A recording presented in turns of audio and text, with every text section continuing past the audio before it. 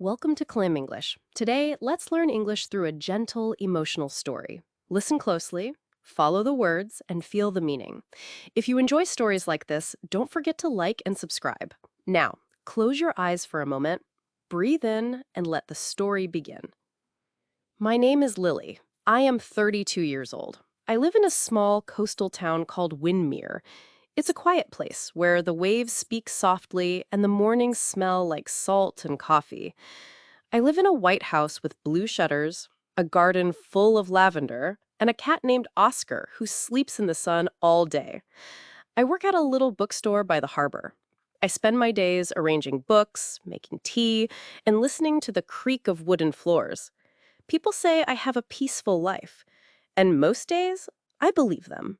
But peace is not always what it seems. Every morning, I open the bookstore and greet the same friendly faces. I smile, I chat, I recommend novels with happy endings.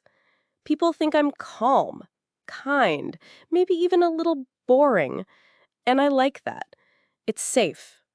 But sometimes, when the shop is quiet and the sea is loud, I feel something stir inside me, a flicker of a life I've tried to forget. I see flashes of shadows, of noise, of a girl who once ran through crowded streets without looking back. That girl is gone now. I buried her beneath stacks of books and years of silence. But some memories don't stay buried. Some secrets still whisper when the wind is strong enough. Before Windermere, before lavender gardens and sleepy cats, my name wasn't Lily. It was Jade. I didn't live by the sea. I lived in a place that never slept, a city called Graybridge. It was tall and gray and fast, always hungry. I rented a tiny apartment above a noisy bar where the walls were too thin and the nights never ended.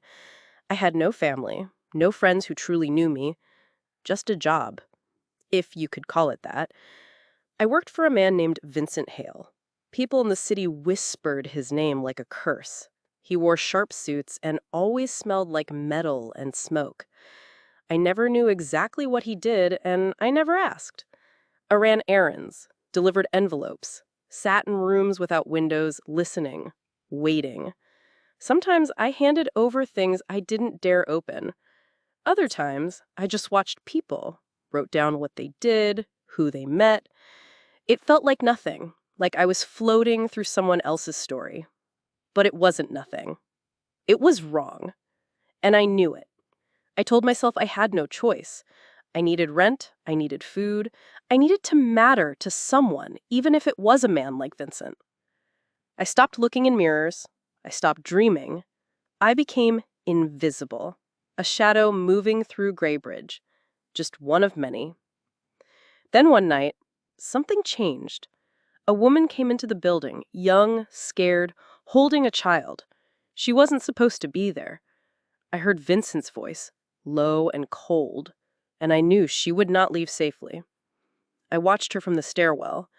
I didn't move, I didn't speak. And after she was gone, something inside me cracked. That was the night I decided Jade had to disappear. I left in the middle of the night. No goodbye, no note, just a backpack, a few $100s, and a name I found in an old book. Lily. I took the first train heading anywhere, closed my eyes, and waited for the city to disappear behind me. When I arrived in Windermere, the air felt different, softer, like maybe it didn't care who I had been. I found a room above the bookstore. The owner was old and kind and didn't ask questions. I dusted shelves, brewed coffee, and smiled when customers walked in. I liked how quiet it was. I liked how nobody knew me. Then one afternoon, a man came in with sea glass in his pocket and paint on his hands. His name was Thomas. He came in for a travel book and stayed to ask about my favorite poems. We talked for hours, and slowly, like petals opening in spring, I let myself begin again, with him, with this town, with the name Lily. For years, I lived quietly. I woke up next to Thomas, listened to the waves, folded letters in soft light. We got married in the spring beneath a tree full of white blossoms. People laughed, danced, toasted to love. I felt safe. I almost believed the past was a dream, distant, unreal, forgotten. But the past never forgets you. It happened on a rainy Tuesday. I was restocking the poetry shelf when the shop phone rang. The number was blocked. I don't usually answer blocked numbers. That day, I did. I wish I hadn't. "Hello," I said quietly. There was silence. Then a voice I hadn't heard in nearly a decade. Jade. My fingers went cold. Nobody here knew that name. "Who is this?" I whispered, though I already knew. "You remember me. Vincent Hale doesn't fade so easily." I couldn't speak. My heart pounded. My hands were trembling. "Nice town. Nice little life you've built. Shame if something ruined it." "What do you want?" I managed to say. "A favor. One delivery. One envelope. That's all." It was quiet, sharp. "Of course you don't. You're Lily now. But I wonder, does Thomas know who Lily really is?" My breath caught. "Do it," he said, "or I introduce Jade to your perfect husband." Then he hung up. I stood in the silence, surrounded by books that suddenly felt heavy. I could see Thomas outside through the rain-streaked window, talking to a customer, smiling. My throat ached with the weight of words I couldn't say. I thought I had buried Jade forever, but she was clawing her way back, and this time she had claws. That night, I barely slept. I stared at the ceiling, listening to the rain tap against the window like it was trying to wake something I had buried. Thomas lay beside me, his breathing soft and steady. I wanted to turn to him, to tell him everything, but my mouth stayed closed, as if the truth might break us both.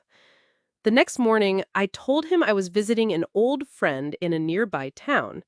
He smiled, kissed my forehead, and said to take my time.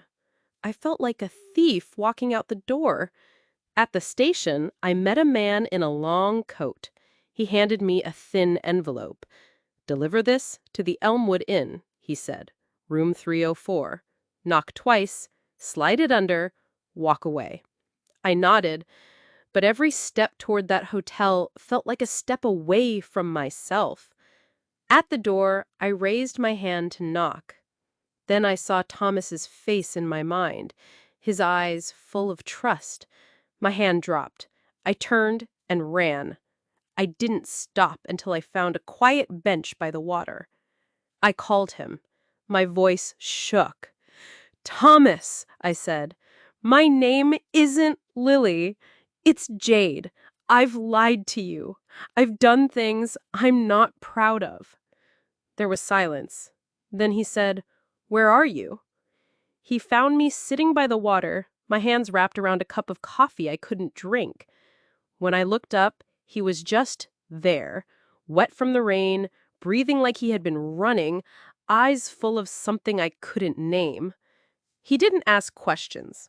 He sat beside me and waited. I told him everything about Graybridge, about Vincent Hale, about the things I'd done, the person I used to be. I told him I wasn't the woman he thought I was. He didn't flinch. He didn't look away. "You're not her anymore," he said quietly. "You're Lily now, and you're mine." We went to the police. I handed over the envelope. I answered every question. I told them names, places, details I thought I had forgotten. It felt like peeling off old skin, painful but necessary. When it was over, Thomas took my hand and held it like it was still the most natural thing in the world. Vincent never called again. Maybe he got the message. Maybe he disappeared into the shadows where he belonged. I didn't care. That night, we sat on the floor of the bookstore, surrounded by open pages and soft light. Thomas kissed my forehead and said, "No more lies." And I said, Never again.